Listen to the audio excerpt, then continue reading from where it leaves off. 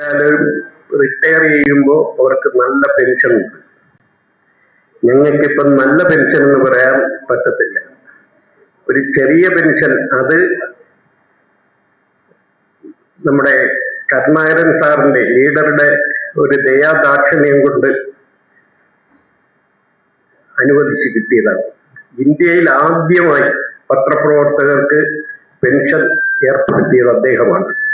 അത് കണ്ട് പല സ്റ്റേറ്റുകളിലും പെൻഷൻ ഏർപ്പെടുത്തിയിട്ടുണ്ട്. പക്ഷേ ഞങ്ങൾക്ക് ഇവിടെ അനുവദിച്ച പെൻഷന്റെ ഇരട്ടി ഇപ്പൊ മേടിക്കുന്ന സംസ്ഥാനങ്ങളുണ്ട്. കാലാകാലങ്ങളായി വന്ന ഗവൺമെന്റ്, കേരളത്തിൽ വന്ന ഗവൺമെന്റുകൾ ഈ പെൻഷൻ വർദ്ധിപ്പിച്ചിട്ടുണ്ട്. കുറേശ്ശെയാണെങ്കിലും വർദ്ധിപ്പിച്ചിട്ടുണ്ട്. ഇന്നത് 11,000 രൂപയായിട്ടുണ്ട്. 11.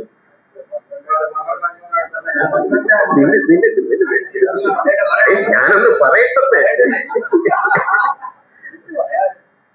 അത് മുടക്കം കൂടാതെ ഈ ഗവൺമെന്റ്, പിണറായി ഗവൺമെന്റ് തന്നു എന്നത് ഞങ്ങൾ സന്തോഷത്തോടുകൂടി അനുസ്മരിക്കുന്നു. അതുപോലെ തന്നെ ഈ ഗവൺമെന്റ് അടുത്ത സമയത്ത് 2,000 രൂപ ഞങ്ങളുടെ പെൻഷൻ ബഡ്ജറ്റിൽ വർദ്ധിപ്പിച്ചിട്ടുണ്ട്. 1,500 പക്ഷേ കൂട്ടി വരുമ്പോൾ 2,000 വരും. അത് MLA സൂചിപ്പിക്കാൻ പറയുന്നതല്ല.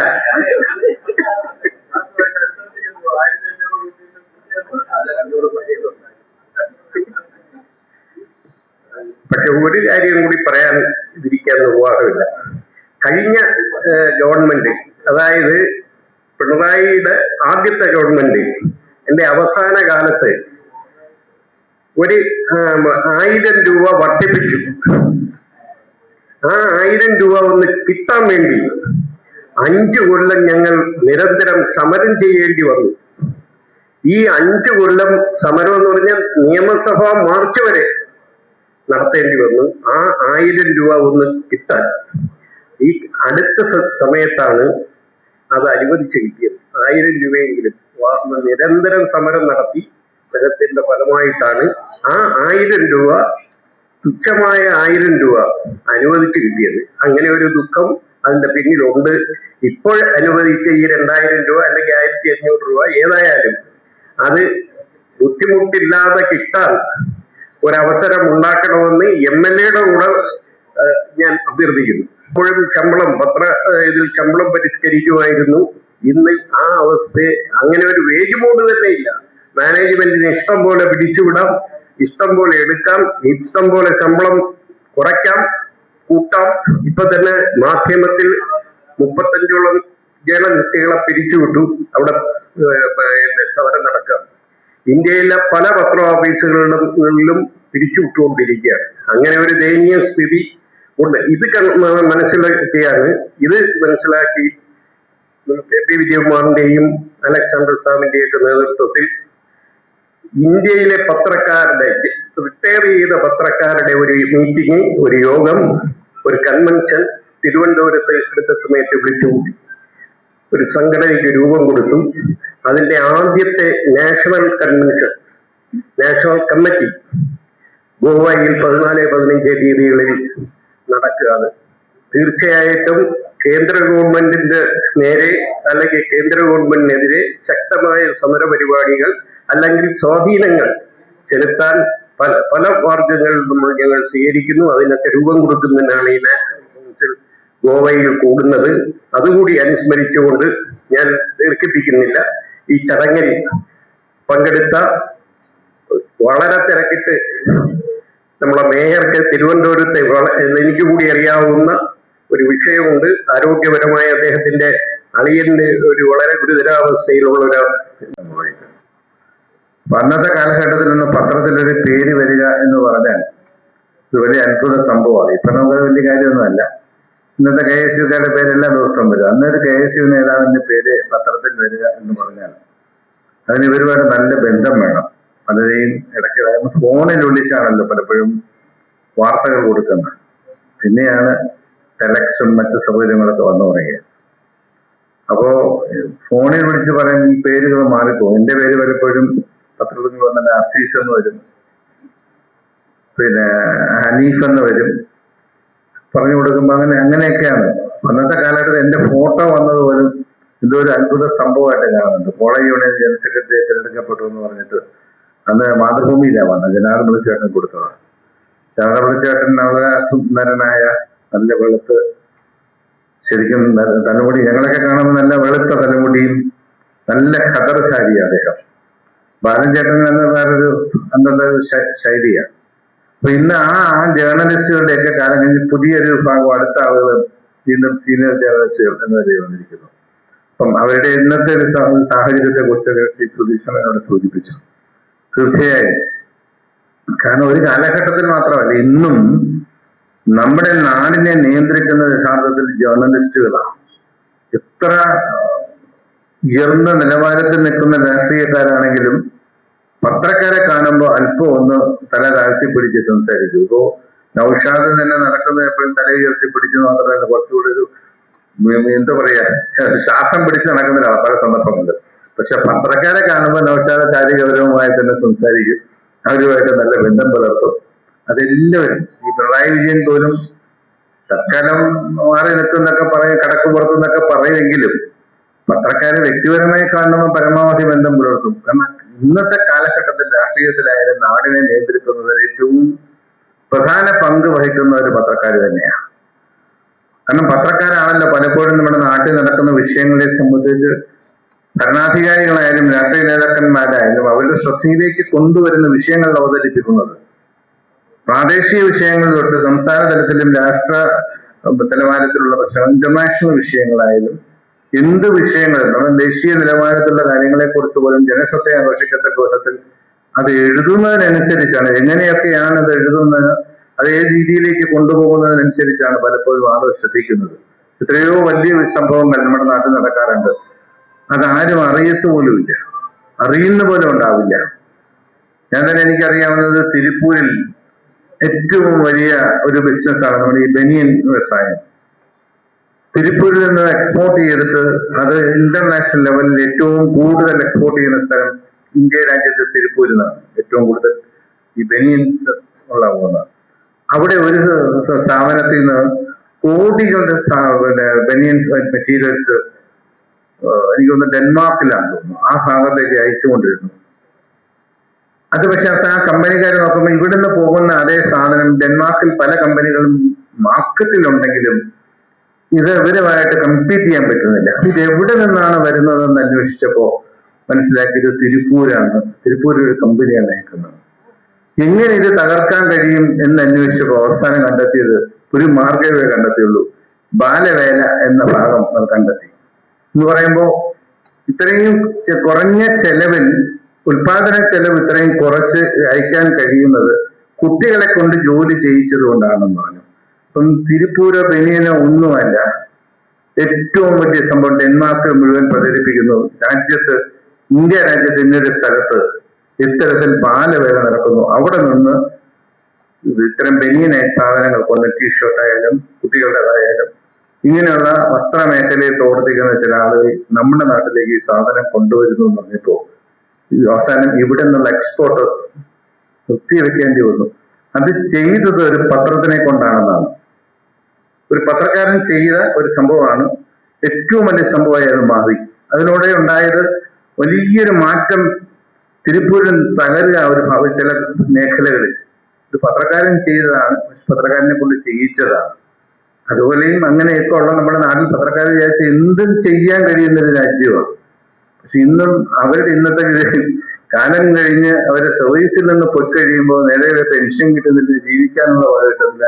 ഇന്നത്തെ കാലത്ത് 10,000 11 രൂപ അല്ലെങ്കിൽ 12 രൂപ അല്ലെങ്കിൽ 13 രൂപ ആയിക്കോട്ടെ, ഞാൻ കാലം കൊണ്ട് പാല് വാങ്ങാൻ പോലും തികയത്തില്ല. മരുന്ന് വാങ്ങാനല്ല, ശരിക്കും പാല് വാങ്ങാൻ പോലും തികയത്തില്ല. ഇതാരുടെയും ശ്രദ്ധയിൽ ശരിക്കു പറഞ്ഞാൽ നിലവിലുള്ള പത്രക്കാരാണ് അതിനുവേണ്ടി ശ്രദ്ധിക്കേണ്ടുന്നത്. ഇന്നത്തെ ജേർണലിസ്റ്റുകൾ, പഴയ സീനിയർ ജേർണലിസ്റ്റ് എന്ന് പറയുന്നത് റിട്ടയർഡ് എന്നുള്ളതാണല്ലോ, വിരമിച്ചവരല്ല ഇതിനെക്കുറിച്ച് ശ്രദ്ധിക്കേണ്ടത്. പൊതു രാഷ്ട്രീയ രംഗത്തുള്ളവരെ കുറിച്ച് ഇതിനകത്ത് പങ്കാളികളാക്കി രാഷ്ട്രീയ വിഷയമായി ചർച്ച ചെയ്ത് ഇന്നത്തെ നിലവിൽ നിൽക്കുന്നവർ തന്നെ, കാരണം പലപ്പോഴും സ്ഥാപനങ്ങൾക്കെതിരെ സംസാരിക്കാൻ കഴിയുന്നവരല്ല, ആരെയും കുറ്റം പറഞ്ഞിട്ട് കാര്യമില്ല, അവരെല്ലാം ഓരോ ജീവനക്കാരാണ്. എത്ര വലിയ റിപ്പോർട്ടർ ആണെങ്കിലും ഞാൻ ഏത് പേരാണെങ്കിലും സ്പെഷ്യൽ കറസ്പോണ്ടന്റ് എന്നാകാം, ചീഫ് എഡിറ്റർ ആകാം, ഡെപ്യൂട്ടി എഡിറ്റർ, റെസിഡന്റ് എഡിറ്റർ എന്നൊക്കെ പറയുന്നെങ്കിലും അവരൊക്കെ ഓരോ സ്ഥാപനത്തിന്റെ ജീവനക്കാരാണ്. സ്ഥാപനത്തിനനുസരിച്ച് അവർക്ക് മുന്നോട്ട് പോകാൻ പറ്റും. പക്ഷെ ഗവൺമെന്റ് ഇവർക്ക് സംരക്ഷണം കൊടുക്കാൻ തീർച്ചയായും രാഷ്ട്രീയക്കാർ വിചാരിച്ചാൽ കഴിയും. അതിന് കഴിയട്ടെ എന്ന് മാത്രം ആശംസിച്ചുകൊണ്ടും പ്രാർത്ഥിച്ചുകൊണ്ടും ഇതിന്റെ ഉദ്ഘാടന കർമ്മം നിർവഹിക്കാനായി ബഹുമാനായ ഇരവിപുരം MLA ശ്രീ എം നൗഷാദിനെ ക്ഷണിക്കുന്നു. ഇന്ന് ഇപ്പൊ ഞാനൊരു വർത്തമാനം പറഞ്ഞാൽ എന്റെ വർത്തമാനത്തിന്റെ ഒന്നാം ഭാഗം എടുക്കുക, രണ്ടാം ഭാഗം അറിയത്തില്ല. അത് മാത്രം കട്ട് ചെയ്ത് പേസ്റ്റ് ചെയ്ത് വാർത്തകൾ സൃഷ്ടിക്കുക. അത് ആ തരത്തിലേക്ക് മാറുകയാണ്. ഇല്ലാത്തത് കഥകളാക്കി മാറ്റുക. ഇപ്പൊ ഇവിടെ സുധീഷ് സാറ് ഒരുപാട് സ്വാഗതം പറഞ്ഞു, പക്ഷെ എനിക്ക് സ്വാഗതം പറഞ്ഞില്ല. ആരെങ്കിലും ശ്രദ്ധിച്ചോ? പകുതിയെ പറഞ്ഞുകൊണ്ടിരുന്നപ്പോ പിന്തു വന്നു.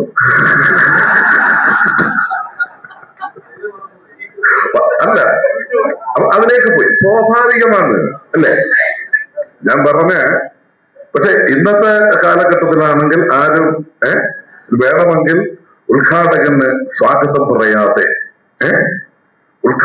സ്വാഗതം പറയാതെ പിന്നെയാണ് എന്ന് പറഞ്ഞാൽ അത് വിദ്വേഷം കൊണ്ടാണെന്ന് അർത്ഥം വരുന്ന തരത്തിലുള്ള കമന്റുകൾ ഇറക്കുക. ഇതാണ് ഇതിന്റെ യഥാർത്ഥ പ്രശ്നം. ഞാൻ ഓരോന്നിനെയും സൃഷ്ടിക്കുകയാണ്. അത് ഇമാജിൻ ചെയ്ത് കഥകളാക്കി പ്രചരിപ്പിക്കുകയാണ്. അപ്പൊ വളരെ ബോധപൂർവമായ ആ ഒരു പരിശ്രമം വരുമ്പോ വിശ്വാസ്യത, ഇപ്പോ പഴയതുപോലുള്ള ഒരു വിശ്വാസ്യത ഇന്ന് വാർത്തകൾ ഉണ്ടോ എന്ന് നിങ്ങൾ തന്നെ പരിശോധിച്ചാൽ മതി. കാരണം ഓരോ വാർത്ത വരുമ്പോൾ അതിന്റെ മറുഭാഗം വരികയാണ്. ആ വാർത്തകൾക്ക് നിങ്ങൾ ജോലി ചെയ്തിരുന്ന ഒരു കാലഘട്ടത്തിലെ പോലെ അല്ല ഇന്ന് ആ കാലഘട്ടം. ആധുനിക കാലഘട്ടം എന്ന് പറഞ്ഞാൽ ഇങ്ങനെയായിരിക്കും എന്ന് ഞാൻ കരുതിയില്ല. കാരണം എന്തിനേയും ഏതിനേയും അത് എല്ലാ മേഖലയിലും ആ തരത്തിൽ ചെയ്യുക. നമുക്ക് ആവശ്യമുള്ള കാര്യങ്ങൾ, നേരത്തെ ഇവിടെ മേയർ സംസാരിച്ചപ്പോ ഒരു ബനിയൻ കമ്പനിയുടെ കാര്യം പറഞ്ഞു അല്ലെ, വളരെ ബോധപൂർവം ഉണ്ടാക്കിയെടുത്തതാണ്. അപ്പൊ നിങ്ങളെ ചെയ്യുന്ന വർത്തമാനം പറയുമ്പോൾ അങ്ങനാണ് ചാരക്കേസും എന്നാണ് പറയപ്പെടുന്നത്. അത് തിരക്കഥ, സംഭാഷണം, സംവിധാനം പോലെ ഇങ്ങനെ അപസർപ്പക കഥകളെ പോലെ അവതരിപ്പിക്കപ്പെട്ടു. അതിൽ ആ തരത്തിൽ ഇന്നും അത് അനുസൃതം തുടരുകയാണ്. തീർച്ചയായും ഇപ്പോഴുള്ള പ്രശ്നം സോഷ്യൽ മീഡിയ വന്നതോടുകൂടി ഞാൻ പറഞ്ഞു, ഏതിനെയും വാർത്തയാക്കുന്ന, ഏത് തരത്തിലും വക്രീകരിക്കുന്ന പ്രവണത ക്രമാതീതമായി വർദ്ധിച്ച ഒരു കാലഘട്ടമാണ്. അപ്പൊ സീനിയർ ജേർണലിസ്റ്റുകളുടെ ബുദ്ധിമുട്ടുകൾ ഇവിടെ പറഞ്ഞു. അപ്പൊ സുധീഷ് സാറ് ഒരു കൃത്യമായി എന്നോടൊരു ആവശ്യം പറഞ്ഞു. അപ്പൊ ഞാൻ അടുത്തിരുന്ന അൽസാൻ സാറിനോട് ഞാൻ പറഞ്ഞേ, അപ്പൊ ഞാൻ തിരിച്ചൊരു കാര്യം പറയുമെന്ന് പറഞ്ഞു. അപ്പൊ പറഞ്ഞ വേറൊന്നുമല്ല, ഇത് കൃത്യമായി ഞങ്ങൾക്ക് തന്നിട്ടുണ്ട്. ഞങ്ങളുടെ പെൻഷൻ കാശ് അത്യാവശ്യം വർദ്ധിപ്പിച്ചു, ഞങ്ങൾക്കത് മുടങ്ങാതെ തന്നിട്ടുണ്ട് എന്ന കാര്യം പറഞ്ഞു. ഇനിയും മുടങ്ങാതെ ലഭിക്കാനുള്ള ഇടപെടലുകൾ ഉണ്ടാകണം എന്ന് പറഞ്ഞു. അത് എനിക്കും അത് തന്നെ പറഞ്ഞുള്ളത്. കൃത്യമായി മുടങ്ങാതെ അത് ലഭിക്കുന്നതിനാവശ്യമായ നിലപാടുകൾ സ്വീകരിക്കാൻ നിങ്ങൾക്ക് കഴിഞ്ഞാൽ മതി എന്ന് മാത്രമേ എനിക്ക് സൂചിപ്പിക്കാനുള്ളൂ. അപ്പോ നമ്മുടെ സ്വാഭാവികമായും അഭിപ്രായ വ്യത്യാസം, ഒരാളിനെ കഥകൾ മെനഞ്ഞ് ഉപകഥകൾ മെനഞ്ഞു പോകുന്നത് വസ്തുതകളിലേക്ക് പോകണം. അപ്പൊ നമ്മുടെ കേരളത്തിൽ യഥാർത്ഥത്തിൽ കേരളത്തിന്റെ സമ്പദ്ഘടന ഇന്ന് നേരിടുന്ന പ്രതിസന്ധിയുണ്ട്. പക്ഷെ നമ്മളെ എങ്ങനെ ചർച്ച ചെയ്തിട്ടുണ്ട്? ഇത് കേരളത്തിനാണ്, ഭരിക്കുന്നതാണ്. ഇത് മാറിയും തിരിഞ്ഞും വരാമല്ലോ. പക്ഷെ കേരളത്തിനാണ്. ഞാൻ പറഞ്ഞ കേരളത്തിലെ നിലവിലുള്ള ബഡ്ജറ്റ് വിഹിതം, സംസ്ഥാന ഗവൺമെന്റ് സെൻട്രൽ ഗവൺമെന്റിന്റെ ബഡ്ജറ്റ് വിഹിതം എന്താണ് കേരളത്തിൽ ബഡ്ജറ്റ് വീതം കുറയാൻ കാരണം? രണ്ടു തരത്തിലാണ്. ഈ രണ്ട് തരത്തിലാണ് കേരളത്തിനത് ദ്രോഹം ചെയ്തത്. നമ്മളെ അങ്ങനെ ചർച്ചയിൽ വരുന്നുണ്ടോ? വരുന്നില്ല. കേരളത്തിന്റെ ചെലവ് എത്രയാണ്? അപ്പൊ നമുക്ക്, നിങ്ങളിപ്പോ പെൻഷന്റെ കാര്യം പറഞ്ഞു, 1.62 ലക്ഷം പേർക്ക് സാമൂഹ്യ സുരക്ഷാ പെൻഷൻ ലഭിക്കുന്ന ഒരു നാടാണല്ലോ അത്. അപ്പൊ അതിനു വേണ്ടി വരുന്ന തുക എത്ര? ഇപ്പൊ സ്ത്രീ സുരക്ഷാ പദ്ധതി കേരളത്തിന്റെ സർക്കാരിന്റെ ഖജനാവിലേക്ക് വരുന്ന വരുമാനത്തിന്റെ മേജർ പോർഷനും ക്യാഷായി, അത് ജീവനക്കാരുടെ ശമ്പളമാകാം, റിട്ടയർ ചെയ്തവരുടെ പെൻഷനാകാം, സീനിയർ ജേർണലിസ്റ്റ് പെൻഷനാകാം, ഏത് തരത്തിലായാലും സാമൂഹ്യ സുരക്ഷാ പെൻഷനായാലും ക്യാഷായി ജനങ്ങളുടെ കൈകളിലേക്ക് എത്തുന്ന ഏകനാട് കേരളമാണ്. അവിടെ അതിന് നമ്മുടെ റവന്യൂ വരുമാനം എത്ര? പിന്നെ നമുക്കുള്ളൊരു പ്രശ്നം എന്താണ്? ഈ സർക്കാരിന്റെ വരുമാനം എവിടുന്നാണ്? സർക്കാരിന് ഇത് കൂടുതൽ ഇപ്പൊ പെൻഷൻ വർദ്ധിപ്പിക്കണം, സർക്കാരിന്റെ കാശ് വേണ്ടേ, സർക്കാരിന് തരണം. സർക്കാരിന്റെ വരുമാനം എവിടുന്ന? പ്രത്യേകിച്ചും സംസ്ഥാന ഗവൺമെന്റ് വരുമാനം എന്താണ്? ടാക്സ് ഏർപ്പെടുത്താൻ പാടില്ല. DA വർദ്ധിപ്പിക്കണം, ശമ്പളം വർദ്ധിപ്പിക്കണം, പെൻഷൻ വർദ്ധിപ്പിക്കണം, റോഡ് നന്നാക്കണം, പാലം നന്നാക്കണം, അല്ലേ? ഇതെല്ലാം ചെയ്യണം. പക്ഷെ ടാക്സ് വർദ്ധിപ്പിക്കാൻ പാടില്ല. അപ്പൊ അതിന്റെ ഒരു മെറിറ്റിലേക്ക് ഇറങ്ങി വിമർശിക്കാം, തെറ്റില്ല. പക്ഷെ കണ്ണുടച്ച് ആ തരത്തിലേക്ക് പറയുക, അത് പറയുന്നതിനോടൊപ്പം ടാക്സ് വർദ്ധിപ്പിക്കുന്നു എന്ന് പറയുക, അത് ശമ്പളം വർദ്ധിപ്പിക്കുന്നില്ല എന്ന് പറയുക, ഇതാണിപ്പോ സ്വാഭാവികമായിട്ടും കേരളം നേരിടുന്ന ഒരു പ്രധാനപ്പെട്ട പ്രശ്നമാണ്. ഡെവലപ്മെന്റിന് പൈസ വേണം, അല്ലെ? ഏതിനും പൈസ വേണം. ഇപ്പൊ നമ്മുടെ തൊട്ടപ്പുറത്ത് പാർക്കിംഗ് സെന്റർ ഉദ്ഘാടനം ചെയ്തു, ഇല്ലേ? അവിടെ യൂസർ ഫീ ഉണ്ട്. അത് ഗവൺമെന്റ് ചെയ്തതാണ്. പക്ഷെ ഗവൺമെന്റ് ചെയ്തത് ജനങ്ങൾക്ക്, കേരളത്തിൽ സർക്കാർ ചെയ്യുന്നതെല്ലാം ജനങ്ങൾക്ക് സർവീസായി കൊടുക്കുകയാണ്. ജനങ്ങളുടെ ഫണ്ട് ഉപയോഗിച്ചാണ് അത് ചെയ്തത്. പിന്നെ അത് ജനങ്ങൾക്ക് യൂസർ ഫീ ഏർപ്പെടുത്തുന്നു. അപ്പോ അത് മുടക്കിയ പൈസയുടെ കണക്ക് പറഞ്ഞിട്ടാണ് അത് യൂസർ ഫീ. അവിടെ വർത്തമാനം പറഞ്ഞവർ ആ തരത്തിലാണ് പറഞ്ഞത്. മേയറും അവിടെ സാക്ഷിയാ, ഞാനും ഉണ്ട്. ഞാൻ പറഞ്ഞ അതിന് വിമർശനമില്ല. അപ്പൊ ഈ തരത്തിൽ താല്പര്യങ്ങൾക്കനുസൃതമായി മാറരുത് എന്ന് മാത്രമേ, ക്രിയാത്മകമായ വിമർശനങ്ങളാകാം, തിരുത്തലുകളാകാം. മുൻകാലങ്ങളിൽ അത് തീക്ഷ്ണമായ ഒരു വാർത്ത വന്നാൽ എതിരായി ഏതെങ്കിലും ഭരണാധികാരികൾക്ക്, വിശേഷിയ രാഷ്ട്രീയ പ്രവർത്തകർക്ക്, ജനപ്രതിനിധികൾക്ക് എതിരായിട്ടൊരു വാർത്ത വരിക എന്ന് പറഞ്ഞാൽ അത് വലിയ ഡാമേജിങ് ആണ്. പക്ഷെ ഇന്ന് അത്രത്തോളം പ്രസക്തമാണോ? ഒരു വാർത്തയ്ക്ക് അപ്പുറത്തേക്ക് അടുത്ത വാർത്ത വരുമ്പോൾ അതിന്റെ പുറകെ പോകുന്ന തരത്തിലേക്ക് മാറിയ ഒരു കാലഘട്ടമാണ്. പക്ഷെ എന്റെ മുമ്പിലിരിക്കുന്ന നിങ്ങളുടെ കാലഘട്ടം അങ്ങനെ ആയിരുന്നില്ല. പിന്നെ ഇന്നിപ്പോ സോഷ്യൽ മീഡിയ ഒക്കെ വന്നുകൊണ്ട് ആർക്കും എന്തും എവിടെയും പറയാം. ഇപ്പൊ നിങ്ങൾ ഈ സൂചിപ്പിച്ചതുപോലെ പണ്ട് ആ കാലഘട്ടം കുറച്ചുകൂടെ നല്ലതായിരുന്നു എന്നാണ് എന്റെ പക്ഷം. ഞാന് കോളേജിൽ വന്നിട്ട് ആദ്യം മത്സരിക്കുമ്പോ സ്വാഭാവികമായിട്ടും ഞാൻ പറഞ്ഞു, ഞാൻ SFI സ്ഥാനാർത്ഥിയായിട്ടാണ് മത്സരിച്ചത്, കുടുംബം മുഴുവൻ കോൺഗ്രസ്സാണ്. അപ്പൊ മോൻ മത്സരിക്കുന്നത് പറഞ്ഞപ്പോഴേ അത് ശരിയാണോ എന്നറിയാൻ അന്ന് സൈക്കിളാണല്ലോ, എന്റെ പിതാവ് സൈക്കിളും ചവിട്ടി കോളേജിന്റെ മുമ്പിൽ കൂടെ പോയി. അപ്പൊ അന്ന് ഞാൻ PSPDC റെപ്രസെന്റേറ്റീവായിട്ടാണ് മത്സരിക്കുന്നത്. അപ്പൊ ഈ ചൂരെഴുതുമ്പം അന്ന് college union chairman, general secretary ഇതെല്ലാം കഴിഞ്ഞിട്ടല്ലേ ഈ താഴെ എഴുതത്തോട്ട്. റെപ്രസെന്റേറ്റീവ്സ് എന്ന് പറഞ്ഞിട്ട് ഒരു കോളം പോലാണ് ഇങ്ങനെ എഴുതി. തിരിച്ചു വന്നിട്ട് എന്നോട് പറയാ, നീ മത്സരിക്കുന്നൊക്കെ പറഞ്ഞിട്ട് ഒരു അറ്റത്താണല്ലോ നിന്റെ പേര് എഴുതി വെച്ചിരിക്കുന്നു. പിന്നെ അത് കഴിഞ്ഞ് പത്രത്തിൽ ആദ്യമായി പടം വരുന്നത് കോളേജ് യൂണിയൻ സെക്രട്ടറിയായി തെരഞ്ഞെടുക്കപ്പെടുമ്പോഴാണ്. അപ്പൊ അന്ന് അത് അങ്ങോട്ടും ഇങ്ങോട്ടും ഈ കുടുംബത്തിലെല്ലാം വലിയ ഈ വർത്തമാനമാണ്, ഒരു വാർത്തയായിരുന്നു. ഇപ്പൊ സഹോദരങ്ങളായാലും അല്ലെങ്കിൽ കസിൻസ് ആയാലും എല്ലാവരും അങ്ങോട്ടും ഇങ്ങോട്ടും പത്രത്തിൽ അവരുടെ പടമുണ്ട്, അത് കാണുന്നത്, ആ പടം കാണാൻ അത് അങ്ങോട്ടും ഇങ്ങോട്ടും പരസ്പരം. അപ്പൊ അങ്ങനെ ഒരു കാലഘട്ടം ഉണ്ടായിരുന്നു. ആ കാലത്ത് നമ്മൾ പൊതുവെ പത്രത്തിന് പുറമെ റേഡിയോ ആയിരുന്നു ആശ്രയിച്ചിരുന്നത്. അപ്പൊ പക്ഷെ അതിന് ഈ വല്ലാത്തൊരു സ്വീകാര്യത ഉണ്ടായിരുന്നു.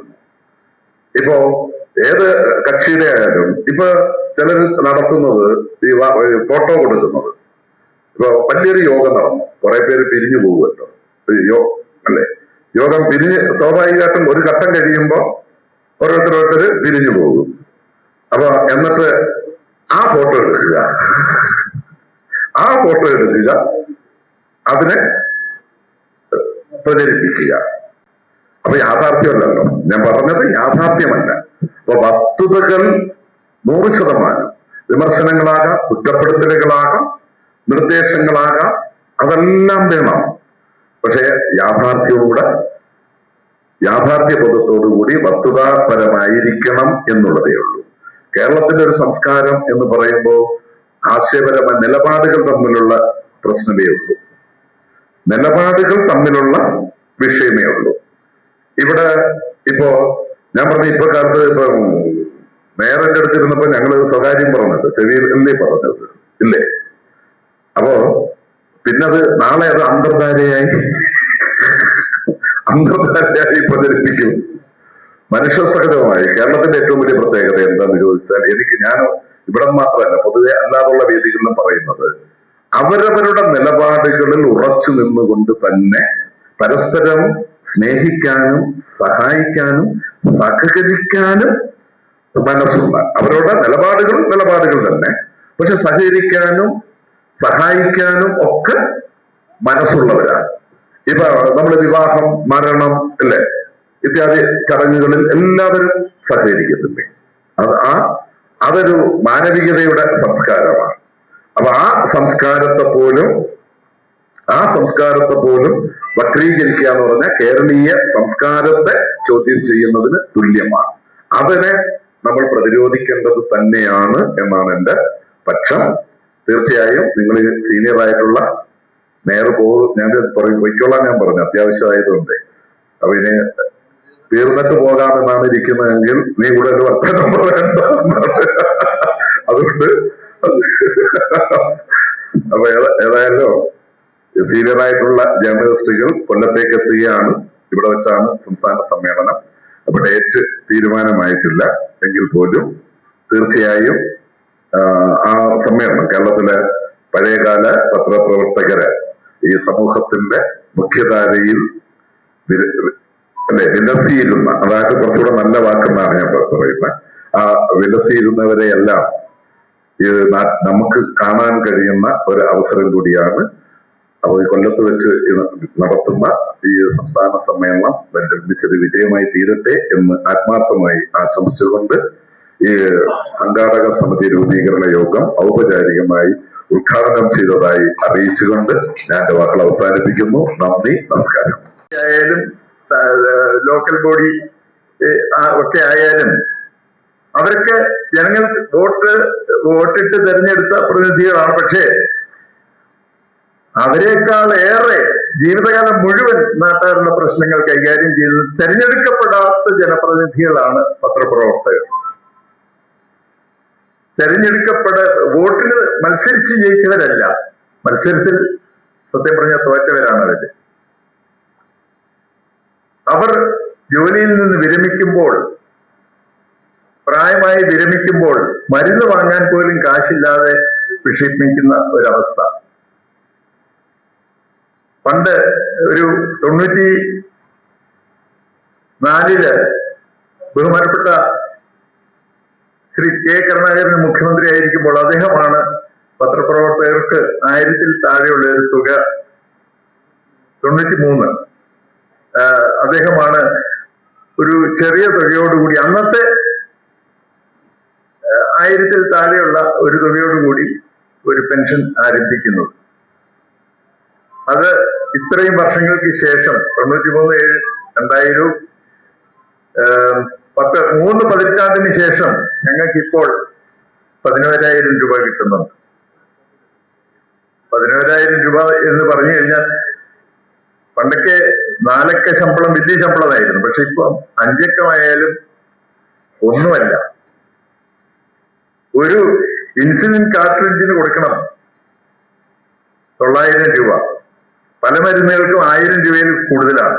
പ്രവർത്തകരുണ്ട്. എല്ലാവരുടെയും സ്ഥിതി അതാണെന്ന് ഞാൻ പറയുന്നില്ല. മക്കളൊക്കെ നല്ല നിലയിലൊക്കെ ആയിട്ടുള്ള ആൾക്കാർ വലിയ കുഴപ്പമില്ലാതൊക്കെ പോകുന്നുണ്ട്. പക്ഷേ നല്ലൊരു പങ്ക് പത്രപ്രവർത്തകർ മരുന്നിനുള്ള പൈസ പോലും കിട്ടാതെ വലയുന്ന ഒരു അവസ്ഥയുണ്ട്. ആ സ്ഥിതിയിലാണ് ഞങ്ങൾ കാലാകാലങ്ങളിൽ മാറി മാറി വന്ന ഭരണകൂടങ്ങളോട് ഞങ്ങളുടെ പെൻഷൻ കൂട്ടിത്തരണം, അതുപോലെ തന്നെ ഭർത്താവ് മരിച്ച ഭാര്യമാർക്ക്, പത്രപ്രവർത്തകരുടെ വിധവകളായവർക്ക് പകുതി പെൻഷൻ കൊടുക്കണം എന്നൊക്കെ പറഞ്ഞിട്ട്, പകുതി പെൻഷൻ അതാത് കാലത്തുള്ള പകുതി പെൻഷൻ എന്നാണ് ഉദ്ദേശിച്ചിരുന്നതെങ്കിലും ഉദ്യോഗസ്ഥർ അത് തെറ്റായി വ്യാഖ്യാനിച്ച് ഇപ്പോഴും അവർക്ക് 2,250 രൂപ മാത്രമാണ് കൊടുക്കുന്നത്. അതുപോലെ തന്നെ ഫുൾ പെൻഷൻ കിട്ടാത്ത ധാരാളം ആൾക്കാരുണ്ട്. എല്ലാം കൂടി ഒരു 10,900 അല്ലെങ്കിൽ 1000-നടുത്ത ആൾക്കാർ മാത്രമേ കേരളത്തിലുള്ളൂ സീനിയർ പത്രപ്രവർത്തകരായി. ഇവർക്കെല്ലാം കൂടി കൊടുക്കാൻ വലിയ തുകയൊന്നും ആവശ്യമില്ല. പക്ഷേ ഉദ്യോഗസ്ഥ വൃന്ദത്തിന്റെ എതിർപ്പ് കാരണം പലപ്പോഴും അത് സാധ്യമാകാതെ പോകുന്നു. ആ പശ്ചാത്തലത്തിൽ ഞങ്ങൾ കേന്ദ്ര ഗവൺമെന്റിനോടും ഒരു കേന്ദ്ര പെൻഷൻ ഞങ്ങൾക്ക് അനുവദിച്ചു തരണമെന്ന് അഭ്യർത്ഥിക്കുന്നുണ്ട്. അതിനായിട്ട് ഞങ്ങളൊരു ദേശീയ സംഘടനയ്ക്ക് ഈയിടയ്ക്ക് രൂപം നൽകി. Senior journalist federation of India എന്ന്. അത് കേരളത്തിലെ സീനിയർ ജേർണലിസ്റ്റ് ഫോറം തന്നെ മുൻകൈയെടുത്ത് ഉണ്ടാക്കിയ ഒരു സംഘടനയാണ്. മെമ്പേഴ്സ് ധാരാളമായിട്ട് കൂടിക്കൂടി വരികയാണ്. ഇവിടെ ആദ്യത്തെ നാഷണൽ കൗൺസിൽ മീറ്റിംഗ് അടുത്ത മാസം 14-15 തീയതികളിൽ ഗോവയിൽ നടക്കുകയാണ്. അതിലും ഞങ്ങൾക്ക് അഭിമാനമുണ്ട്. മാർച്ച് മാസത്തിൽ. അതിനുശേഷം വരുന്ന ഈ സംസ്ഥാന സമ്മേളനം അതിന് ഏറ്റവും പറ്റിയ വേദിയിൽ തന്നെയാണ് ആ സമ്മേളനം നടക്കുന്നത് എന്നുള്ളത് തികച്ചും സന്തോഷകരമാണ്. കൊല്ലത്തെ പൗരാവലിയുടെ പൂർണ്ണമായ പിന്തുണ അതിനുണ്ടാകും എന്ന് ഞാൻ വിശ്വസിക്കുന്നു. ഇതിന് നിങ്ങൾക്കറിയാമല്ലോ, ഒരു 500ഓളം പേരെങ്കിലും പ്രതിനിധികളെങ്കിലും ഇവിടെ വന്ന് ഇതിന് പങ്കെടുക്കും. അവർക്ക് താമസിക്കാനുള്ള സൗകര്യം, ഭക്ഷണ സൗകര്യം, ഇതിനെല്ലാം കൂടി നല്ലൊരു തുക വേണ്ടിവരും. ഇവിടെയാണെങ്കിൽ 10-15 അംഗങ്ങളെ ഉള്ളൂ, ചെറിയ യൂണിറ്റാണ്. പക്ഷെ നിങ്ങളാണ് ഞങ്ങളുടെ വില. നിങ്ങളിവിടെ ഉണ്ട് എന്നുള്ള ഒരു ശുഭാപ്തി വിശ്വാസത്തിലാണ് ഞങ്ങളിവിടെ ഈ യോഗം സംഘടിപ്പിക്കുന്നത്. അപ്പൊ നിങ്ങളുടെ എല്ലാം അകമഴിഞ്ഞ പിന്തുണ ഈ സംസ്ഥാന സമ്മേളനത്തിന് ഉണ്ടാകണമെന്ന് ഞാൻ അഭ്യർത്ഥിക്കുകയാണ്. ബഹുമാനപ്പെട്ട ശ്രീ സുധീഷിന്റെ നേതൃത്വത്തിലുള്ള ടീമാണ് ഇവിടെ പ്രവർത്തിക്കുന്നത്. എല്ലാവരും ചെറുതാണെങ്കിലും നല്ല ബലമുള്ള യൂണിറ്റാണ് ഇത്. ഈ സമ്മേളനം ഒരു മഹാവിജയമാക്കി തരണം എന്ന് നിങ്ങളോട് അപേക്ഷിക്കുന്നു. നിങ്ങളുടെ എല്ലാം പിന്തുണ പ്രതീക്ഷിച്ചുകൊണ്ട് ഞാൻ എന്റെ വാക്കുകൾ ചുരുക്കട്ടെ. എല്ലാവർക്കും മംഗളങ്ങൾ നേരുന്നു. നഗരത്തിൽ നടക്കുമ്പോൾ അവരോടൊപ്പം നിങ്ങളും ഉണ്ടാകുമെന്ന പ്രതീക്ഷയോടുകൂടി ഞാൻ പ്രസംഗം അവസാനിപ്പിക്കുന്നു. ഈ സമ്മേളനത്തിന്റെ ബജറ്റും മറ്റു നടത്തിപ്പ് കാര്യങ്ങളും സംസ്ഥാന സെക്രട്ടറിമാരിലൊരാളായ സുന്ദരേശൻ ഇവിടെ വിവരിക്കുന്നുണ്ട്. ഞാൻ ആ കാര്യങ്ങളിലേക്ക് കടക്കുന്നില്ല. എല്ലാവർക്കും അഭിവാദ്യങ്ങൾ അർപ്പിക്കുന്നു. കുഴപ്പമില്ലാതെ പോകുന്നത് അതിന്റെ അവസ്ഥ നമുക്കറിയാമല്ലോ. ഓരോ കുടുംബത്തെ എടുത്ത് പരിശോധിച്ചാൽ അച്ഛനെയും അമ്മയെയും നോക്കാത്ത എത്രയോ മക്കൾ അല്ലേ?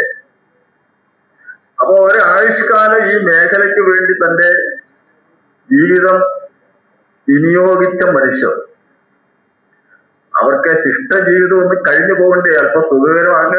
പോസ്റ്റ് ലൈഫ് വേണമെന്ന് ഞാൻ പറയുന്നില്ല, പക്ഷെ ഒന്ന് കഴിഞ്ഞു പോകണ്ടേ? സീനിയർ ജേർണലിസ്റ്റ് ആകുമ്പോഴത്തേക്ക് ഇൻസുലിൻ വേണ്ടാത്ത എത്ര പേരുണ്ടാവും? ഞാൻ രാവിലെയും വൈകിട്ടും ഇൻസുലിൻ എടുക്കുന്നതാണ്. ഇവിടെ പറഞ്ഞു കേട്ടോ, ശരിയാണ്, 1000 രൂപയാണ് ഒരു സ്റ്റെപ്പിന്. 1000 രൂപയാണ്. അത് രാവിലെയും വൈകിട്ടും എടുക്കുമ്പോൾ സത്യത്തിൽ വലിയ വിഷമം തോന്നും. ഞാനും പെൻഷനറാണ്. ജേർണലിസ്റ്റ് ആകാതെ ഇരുന്നു എന്നുള്ളതിൽ ഞാൻ ഭാഗ്യവാനാണ്. കാരണം ഞാൻ അധ്യാപകനായിരുന്നുകൊണ്ട് ഒരു ജീവിക്കാനുള്ള ഇത് കിട്ടുന്നു. എനിക്ക് അതിശയകരമായി തോന്നി. എന്താ 11,000 രൂപ 4 പേര് കൂടി ഒരു ഹോട്ടലിൽ കയറി ഉച്ചഭക്ഷണം കഴിച്ചാൽ ബില്ലടയ്ക്കാനുള്ള പൈസയല്ലേ ഉള്ളൂ അല്ലേ? അപ്പൊ ഈ യാഥാർത്ഥ്യങ്ങൾ ഇപ്പോ ഭരണകക്ഷിയിൽ ഇരിക്കുന്ന ആൾ പ്രസംഗിച്ചാലും പ്രതിപക്ഷത്തിരിക്കുന്ന ആൾ പ്രസംഗിച്ചാലും യാഥാർത്ഥ്യങ്ങൾ ഉൾക്കൊണ്ടു പോകാൻ നമുക്ക് കഴിയണം. ഇതിന് മാറ്റമുണ്ടാകണം. ഒരു പക്ഷേ രാഷ്ട്രീയക്കാരെ കാണുന്ന ഒരു കാഴ്ച, അവർ 1000 പേരേ ഉള്ളൂ. ഇവിടെ സംസ്ഥാന പ്രസിഡന്റ്, ബഹുമാനായ സംസ്ഥാന പ്രസിഡന്റ് സൂചിപ്പിച്ചു, 1000 പേരേ ഉള്ളൂ സീനിയർ സിറ്റിസൺ, അല്ല ജേർണലിസ്റ്റ്. അവർ വിചാരിച്ച എന്താ നടക്കാനാ? ഒരു സംഘടിത ശക്തിയാണെങ്കിൽ ഗവൺമെന്റ്, കാരണം അവരെ ആവശ്യമുണ്ട്. അപ്പൊ ഇതൊക്കെയാണ് യാഥാർത്ഥ്യങ്ങൾ. ഞാനത് അങ്ങനെ അവസാനിപ്പിക്കുന്നു. ഇവിടെ നടക്കുന്ന സംസ്ഥാന സമ്മേളനം, സംസ്ഥാന പ്രസിഡന്റ് ഇവിടെ സൂചിപ്പിച്ചു, 10-12 പേരാണ് ഞങ്ങളുടെ സീനിയർ ജേർണലിസ്റ്റ് കൊല്ലം ജില്ലയിലുള്ളത്. പക്ഷെ അവരൊക്കെ ഓരോ സ്ഥാപനങ്ങളാണ്. സുധീശൻ ഞങ്ങളുടെ സുഹൃത്താണ്. സുധീശൻ ഞങ്ങളോടൊക്കെ ആവശ്യപ്പെട്ടാൽ ഞങ്ങള് സഹായിക്കത്തില്ലേ? അവരൊക്കെ ഓരോ സ്ഥാപനങ്ങൾ തന്നെയാണ്. അതുകൊണ്ട് ഒരു ഭയവും വേണ്ട. ഞാൻ സംസ്ഥാന നേതാക്കൾക്ക് വാക്കുകൊടുക്കുന്നു, കൊല്ലം ജില്ലയിലെ ജനതയെ നിങ്ങളുടെ ഈ സമ്മേളനത്തെ വിജയിപ്പിക്കുവാൻ നിങ്ങളോടൊപ്പം ഉണ്ടാകും എന്നതിൽ യാതൊരു സംശയവുമില്ല. ഞങ്ങളുടെയൊക്കെ എല്ലാ പിന്തുണയും ഉണ്ടാകും. എന്റെ സഹപ്രവർത്തകർ നിലയിൽ ഇവിടെ 2 നേതാക്കൾ ഇരിപ്പുണ്ട്. അവരെ ഈ വിശ്വാസത്തിലെടുത്തുകൊണ്ട് ഞാൻ പറയുന്നു, ഞങ്ങളുടെ പിന്തുണയുണ്ടാവും. ഇല്ലേ സൂരജ്? കാരണം ഇത് ഞാൻ പറഞ്ഞല്ലോ, ഇതിന് വന്നത് ഒരു ഭാഗ്യമായി ഞാൻ കരുതുകയാണ്. ഓരോ അവസ്ഥയും മനസ്സിലാക്കണമല്ലോ പൊതുപ്രവർത്തകൻ. ഏത് മേഖലയിൽ നിങ്ങളെ സഹായിക്കാൻ കഴിയുന്ന വേദി കിട്ടുമോ അവിടെയോ